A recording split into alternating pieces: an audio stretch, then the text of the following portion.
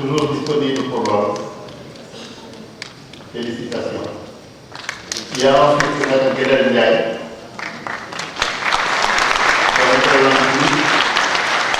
Mme Guélène Ndiaye a été pendant 25 ans trésorier de l'Europe.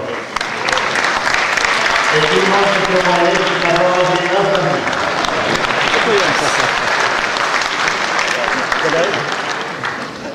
Je n'en dirai pas plus parce que tout le monde sait que c'est mon associé et mon ancien patron. Et puis il y a Ousmane Chia.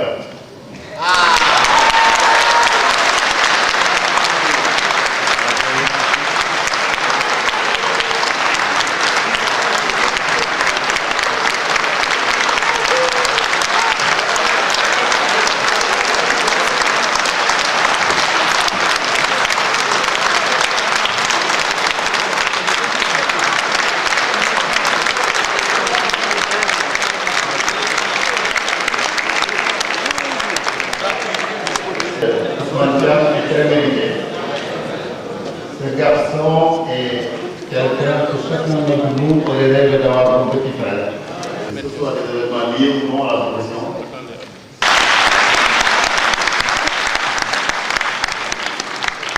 Ousmane est un grand monsieur et il mérite effectivement ce prix. S'il vous plaît.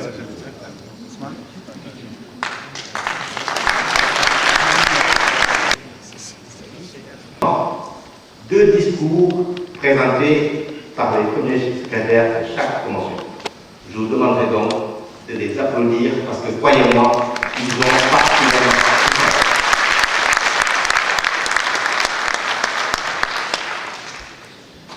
Nous allons donc les décorer, leur remettre leur diplôme ainsi que les cadeaux qui leur sont dédiés. Nous allons donc commencer par la promotion de 2013 et appeler pour sa distinction Maître Oumar Diouf. Et son prix lui sera remis par mon très cher ami et frère, Maître Aline Badara Cissé, actuel médiateur de la République.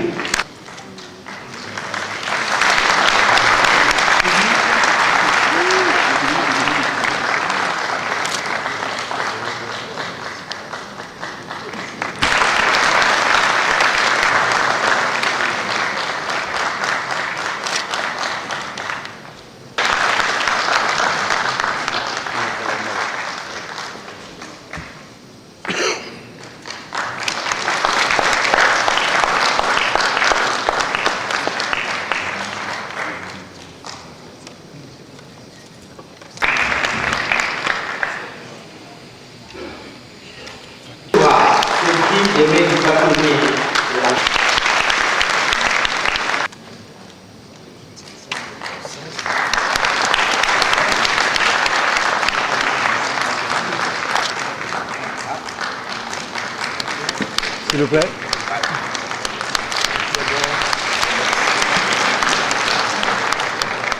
Nous avons vu par notre cher ami Yahya Moukada, du bâtonnier du Niger.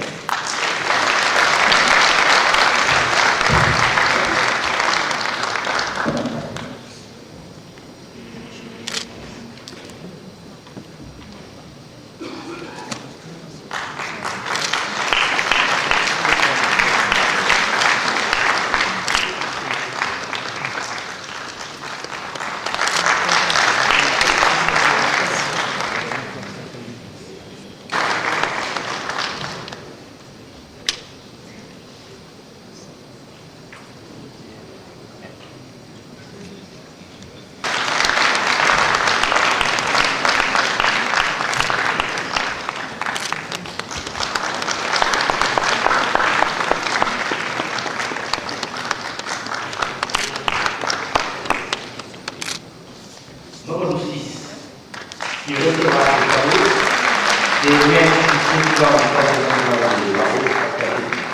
Stop. 6.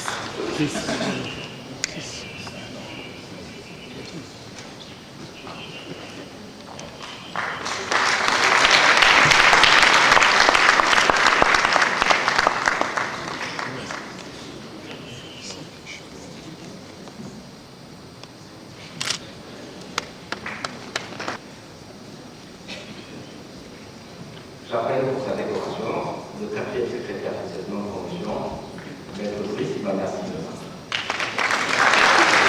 Il recevra celui de maître secrétaire général de la République de l'État.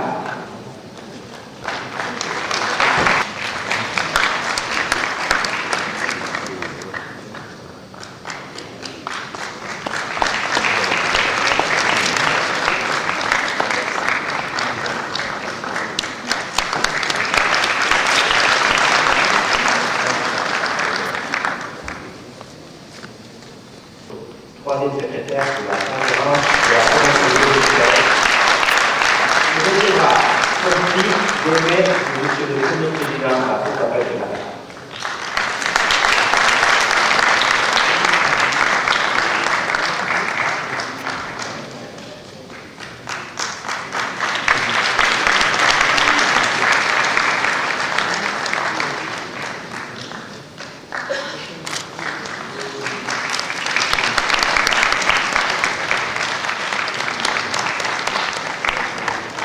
S'il vous plaît.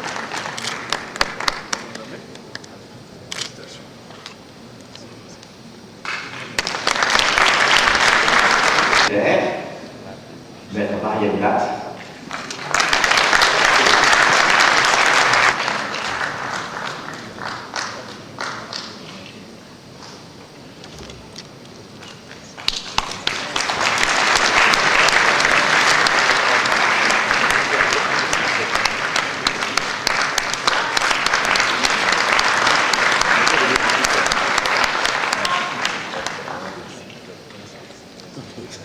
Madame la secrétaire de 2013, deux phrases. Et je vais appeler la première secrétaire de cette promotion de 2016, Maître Vidal Kamara.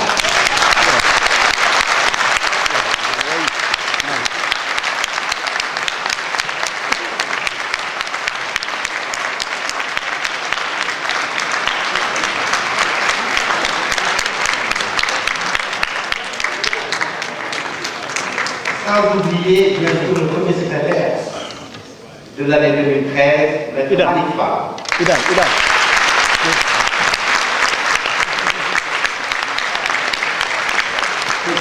Malik.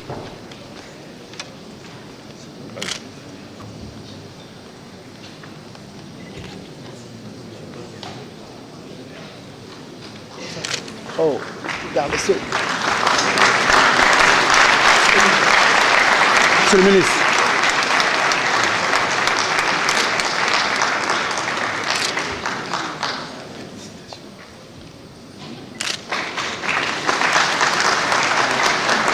Malik, avance.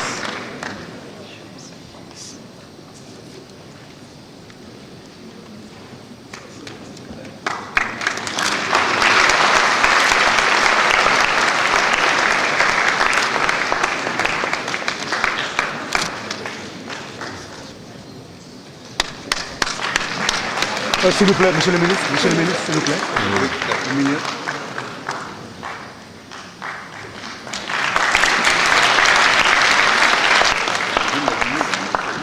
Et je profite de l'occasion parce que nos deux premiers secrétaires nous ont mis la CIB en 2014 à Dakar et en 2016 à Yaoundé, et à ce titre ont été extrêmement bien préparés par Maître Delphine Jaffar, ici présente parmi nous.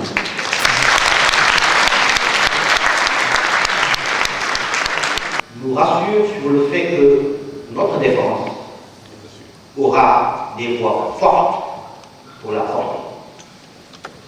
Je veux appeler ici pour son discours Maître Vidal Kamara, qui va nous entretenir du sujet à quoi.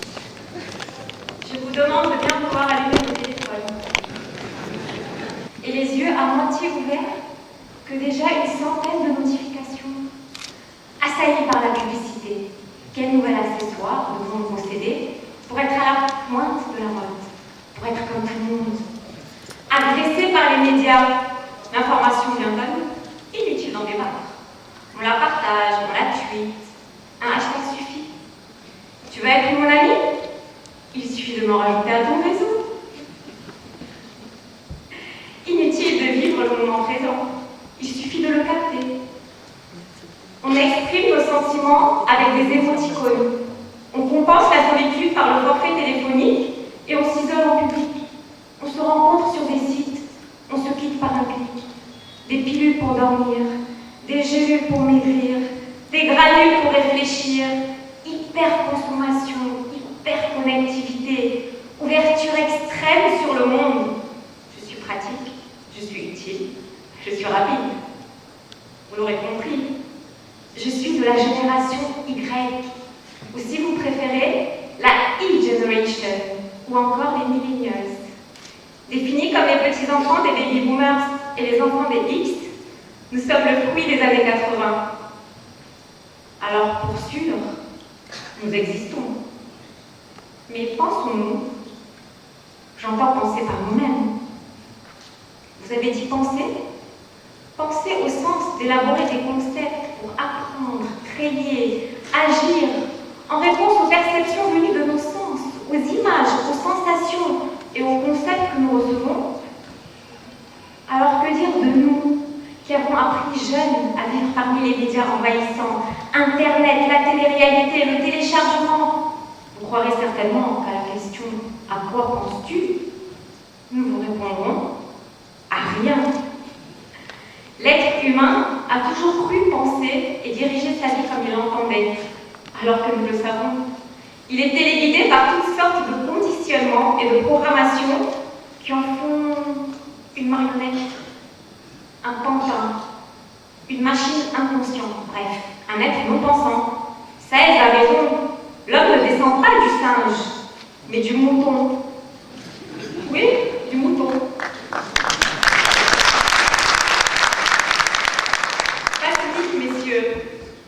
N'allez pas épouser mes idées aujourd'hui, en ce jour de Saint-Valentin, en espérant vous distinguer de la masse uniquement pour ne pas nous offrir de cadeaux. Je vois aussi le bâtonnier me fusiller du regard. Mais désolé, il fallait que je la place celle-là. Oui, cette fête est commerciale, je le sais bien. Oui, elle imprime la consommation de masse, je le sais bien. Mais toutes les occasions ne sont-elles pas bonnes pour fêter l'amour? Alors à vos fleurs, à vos chocolats et vos ours en peluche, ou alors à nos téléphones, dégainons et essaimons le monde de millions de je t'aime. Et dans la mire de mes frappes chirurgicales, mon époux, mes parents, mes amis, mon cabinet, mes frères et sœurs et mes confrères sont la cible de tout mon amour et mon affection.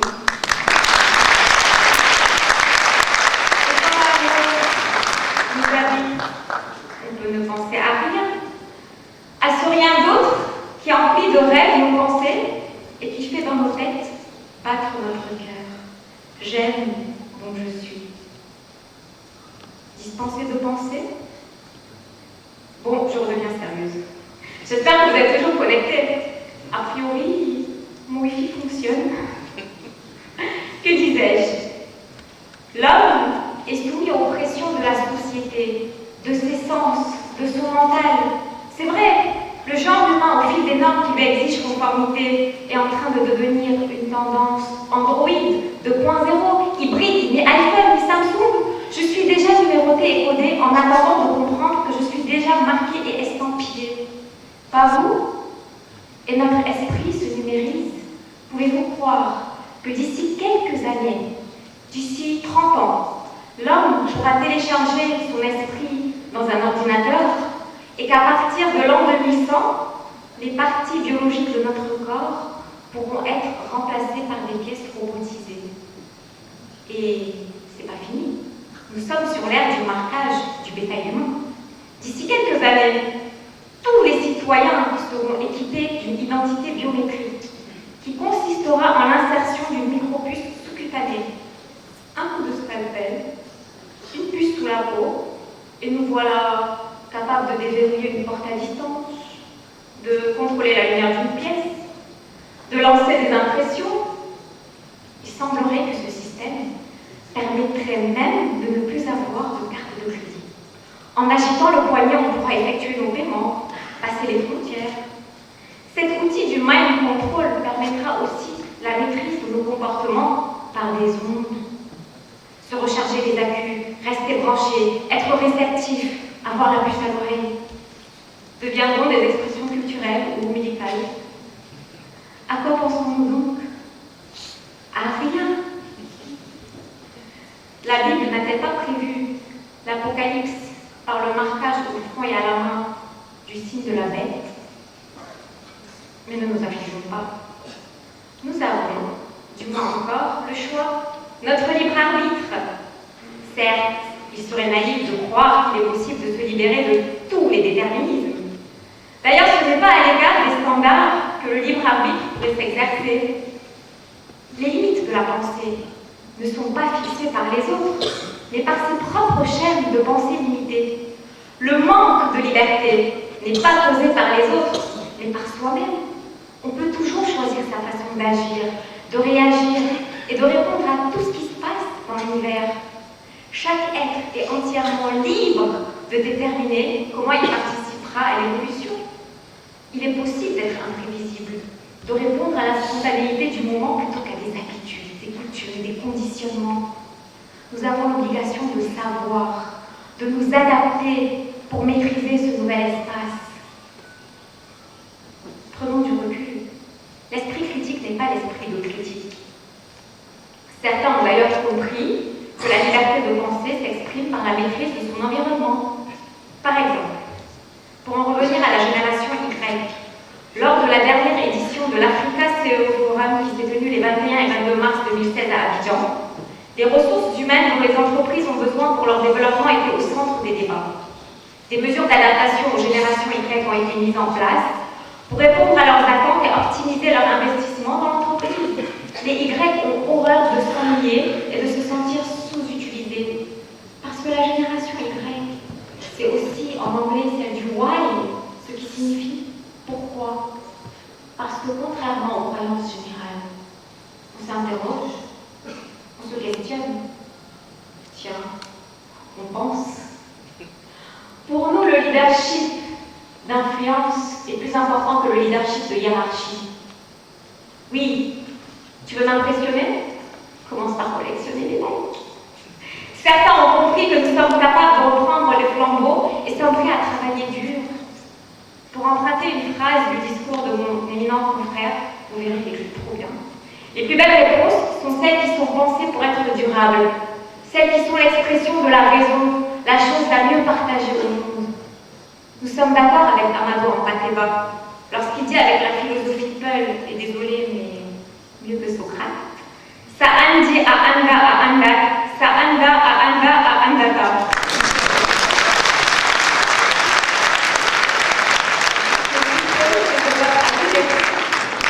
Est-ce qu'on a des amis poulards dans la salle? Ah, bon, je traduis sous votre contrôle. Si tu ne sais pas que tu ne sais pas, tu ne sauras pas. Mais si tu sais que tu ne sais pas, alors tu sauras.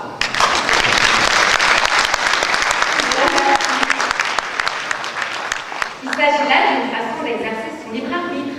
L'ordre naturel des choses, l'ordre numérique existe, et c'est par notre réponse à ce qui est préétabli que la volonté s'exerce. Utilisons-la et pensons en réseau. On sait que l'union fait la force. Interagissons. Il faut vous faire à l'évidence. On raisonne comme on respire. La toile est la nouvelle arme de guerre. Oui, il faut vous faire à l'évidence. Joignez-vous à nous. La toile est la nouvelle arme de guerre. Nous n'avons pas le choix. Nous devons nous adapter. Utilisons-la. Il faut vous faire à l'évidence. On n'est pas jaune, on n'est pas noir, on n'est pas blanc derrière un écran. On n'est pas beau, on n'est pas gros derrière un écran. Pour autant, la génération Y n'a pas le cerveau sur off. Enfin, pas toujours. Commencez par accepter même à contre-cœur que ma génération Y descend directement de votre génération X, comme l'avant-dernier suit l'antépénultienne. Peu importe qui a écrit avec la main et qui a écrit avec le doigt. Joignez-vous à nous. Faites-nous profiter de votre savoir, de vos expériences. Participez à notre projet de réinventer le monde de demain. Mettez votre savoir en ligne pour nous permettre de construire à la génération Z qui nous succédera un monde plus juste, ou pour dire vrai, un monde moins injuste. X, Y, je voudrais vous parler de la génération Z qui suit la mienne comme le dernier suit l'avant-dernier. À chaque carrefour, chaque rue et ruelle, se jouant des feux rouges, sur les passages cloutés comme sur les autoroutes, ignorant la pluie et le soleil, on croise les zigzagueurs de la génération Z. Tous ces grands yeux écarquillés qui nous interpellent depuis les trottoirs. Ces regards qui transpercent les vitres de nos voitures et nous interrogent en silence sur ce monde qui n'est pas le leur. Toutes ces mains tendues au bout desquelles pointe un index qui nous apostrophe et nous rappelle que le monde n'est pas cette virtualité de la 3G qui enchante nos yeux et chante entre nos deux oreilles. On aimerait la voir sur off le cerveau, devenir un roseau non pensant pour ne pas avoir à répondre aux questions silencieuses des talibés, des enfants de la rue. Qu'est-ce que je donnerais pour être un robot devant ce spectacle quotidien? Les gavroches des temps modernes. Ils ne font partie d'aucune génération, puisqu'ils ne sont zen que de la même façon que cette lettre est la dernière des dernières. Ils resteront des enfants de Thénardier, Gavroche. Résumé des vies malheureuses d'un trait de culture littéraire. Ça me ressemble. Il ne s'agit ni plus ni moins que de dames. Damien et ses amis en train de jouer au football avec un ballon qu'ils n'ont jamais eu. Des chaussures qu'ils n'ont pas aux pieds, sur une aire de jeu imaginaire, et se faire chasser de la devanture d'une pâtisserie qui, elle, est bien réelle. Dans un univers impitoyable, ces enfants arpentent un monde bruissant de pas pressés de 7 milliards de voisins aveugles et sourds, immobiles surfeurs d'un virtuel qui étouffe et tue la pensée. S'il y a pire qu'un adolescent, fils du virtuel qui ne pense pas, c'est bien un enfant, fils de la rue, qui doit penser à sa pitance, penser à sa survie et imaginer une enfance qu'il n'aura jamais.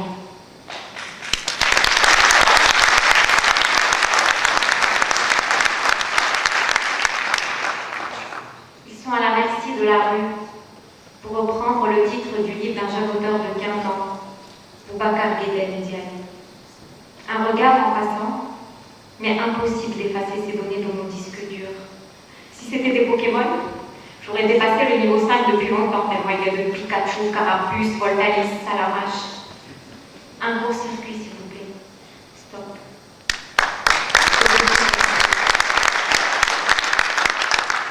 Je n'ai plus envie de penser. Permettez-moi de penser à rien, de me déconnecter, de me libérer de cette pression environnante et de mon existence à travers tous ces déterminismes. Ralentir, méditer, contempler, danser, lire, ne rien faire. Je pense à rien. Pour reprendre les paroles de Gainsbourg, rien, c'est bien mieux, rien, c'est bien mieux que tout. Et pour finir, tirer ma révérence en faisant un clin d'œil à mon confrère, maître Papa Leïtine Diaye, que l'on dénomme le neveu de Boileau. Je lui dois bien ça. Lui qui accuse ma génération d'écorcher la langue de Molière avec nos SMS en argot, nos acronymes, nos onomatopées. Je lui adresse un lol. Et lui adresse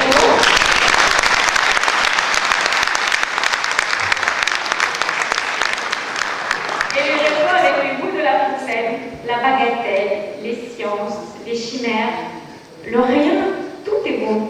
Je soutiens qu'il faut de tout aux entretiens. Maintenant, vous pouvez éteindre vos téléphones.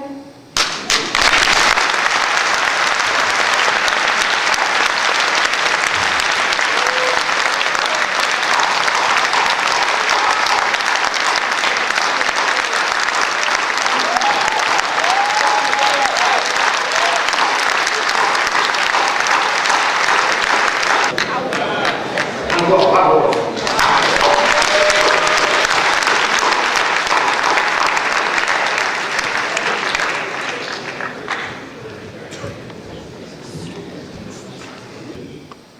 Qui me griffait et qui s'endormait souvent dans les bras et même de temps en temps dans mon dos quand ma mère n'était pas là. Ce petit garçon a grandi et j'ai la fierté de vous l'annoncer, Maître Manifa.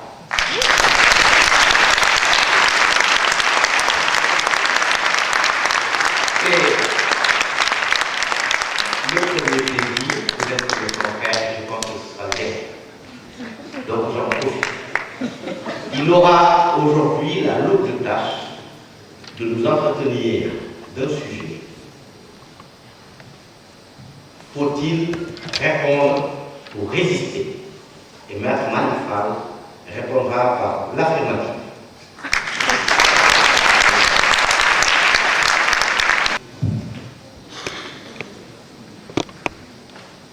Pardonnez-moi. Oui, vous, monsieur, vous qui êtes en sueur, le souffle coupé, les vêtements en lambeaux et le corps en sang. Oui, vous, monsieur, c'est à vous que je m'adresse. Ai-je bien entendu? C'est à moi que vous demandez timidement s'il faut répondre ou résister. Quelle question?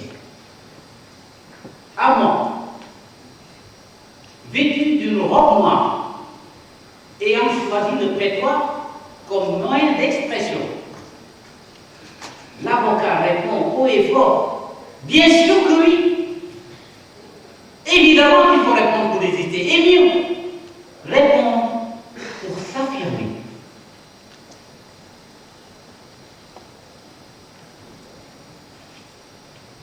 Mais, entendons-nous bien, la réponse, et non des violences qui n'ont pas droit de citer ici, ne peut s'apprécier que si elle est fondée sur la valeur humaine universelle de non-violence. Ainsi, la réponse s'entend en résonance naturelle de la liberté d'expression, prérogative attachée à chaque individu, un droit inaliénable pour tous. Pour vous convaincre, monsieur, et vous aider à parcourir ce chemin, grâce aux sentinelles de la liberté, un droit d'une telle importance, ramené de nos jours à une évidence, nous convoquons à nos réponses de prestigieux invités, acteurs distingués pour la défense de la cause humaine. Un panel d'invités, représentatif des plus belles réponses face à la bêtise humaine, sélectionnés sur le fondement de leurs répliques justes. Solidaires marginalisés, rebelles opprimés, humanistes contestés, nos invités ont la particularité commune d'aller à contre-courant des réalités de l'époque et surtout d'avoir du répondant face à l'épreuve. Chacun d'eux a su répondre à sa manière et avec dignité à un défi dantesque.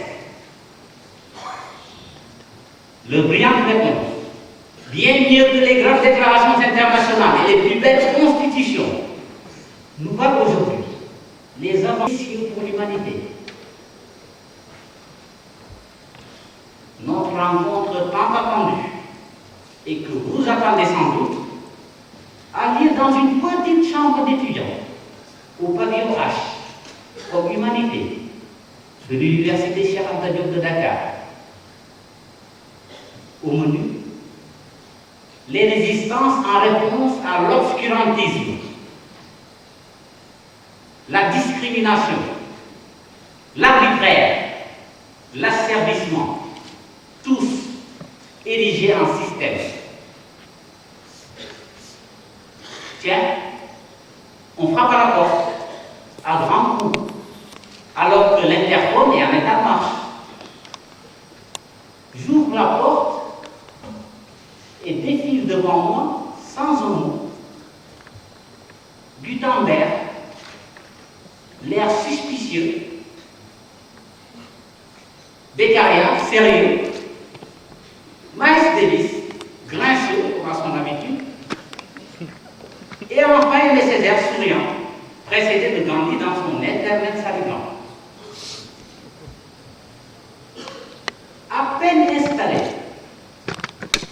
Gutenberg fut interloqué par l'écran de l'ordinateur en marche.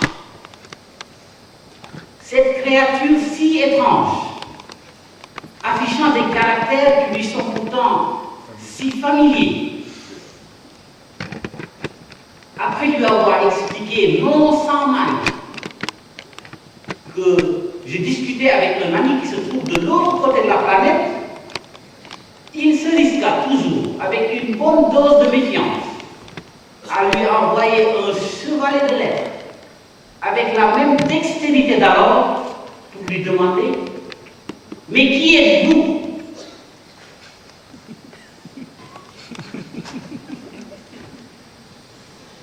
Lors de cette rencontre aussi improbable, comme vous le constatez, sauf dans le magnifique monde des idées républicaines,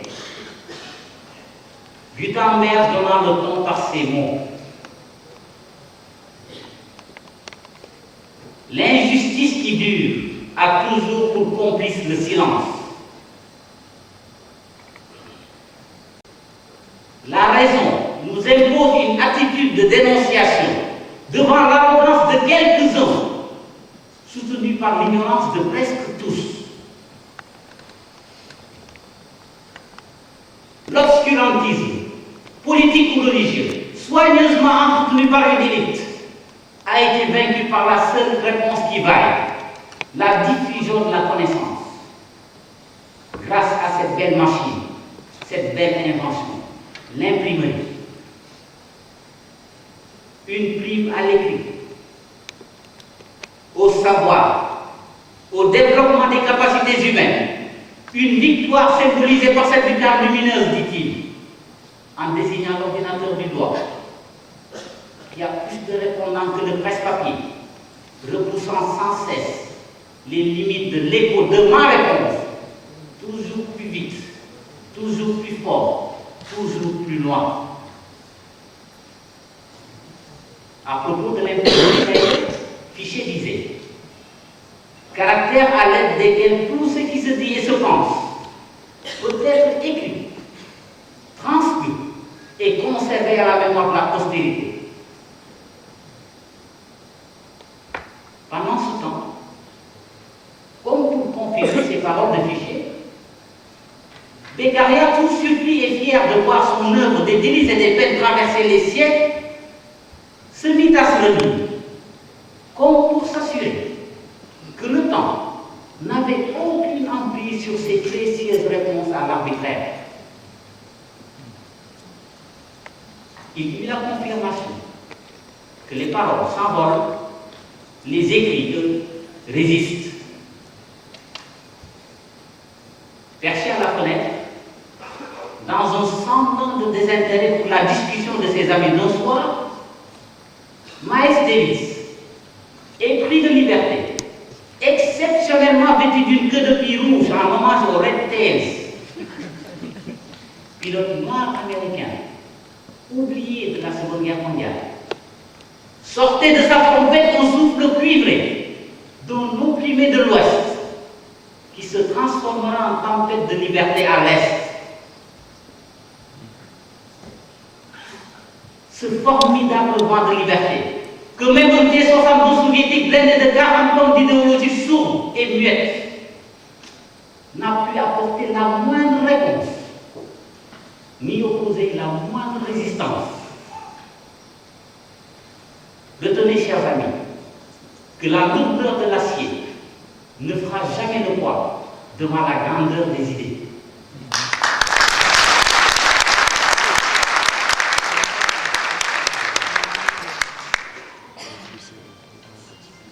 Ouf de soulagement, Prague a résisté, la Tchécoslovaquie peut de nouveau respirer, souffler, s'exprimer, répondre 5 sur 5 et même pour fait de rire, puisque cela n'est désormais plus interdit.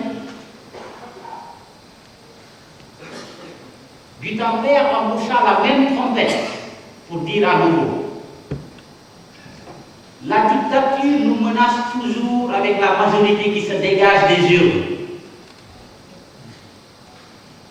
Elle valide la pensée exprimée du plus grand nombre, légitime ses caprices, même les plus inacceptables, pendant un temps suffisamment long pour les traduire en actes politiques aux conséquences souvent irréversibles. C'est la majorité qui gouverne pour tout le peuple, au nom de tout le peuple, sans se soucier des bouts de peuple. Vous avez juridiquement tort parce que politiquement minoritaire, disait André Lénine. Mais une démocratie gagnerait à être meilleure en tendant l'oreille à cette minorité plurielle qui rêve de crainte à dissiper, d'aspiration à réaliser et surtout de droits à protéger. Insignifiant par le monde, la seule valeur digne de considération dans le suffrage universel, la minorité, la voix inaudible au baromètre de la clameur, reste hélas réduite au rang de simple rumeur. Ces minorités, les sans-voix, dont Césaire se fait l'écho, des quartiers discriminés d'Harlem, aux banlieues oubliées de Calcutta, à passant par les ghettos déshumanisés de Varsovie, sans oublier les actes ignorés de Alep.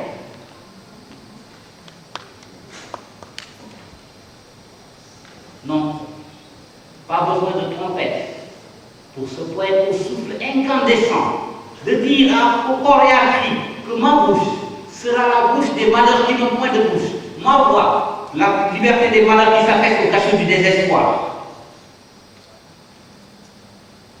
Mais nous y voilà enfin.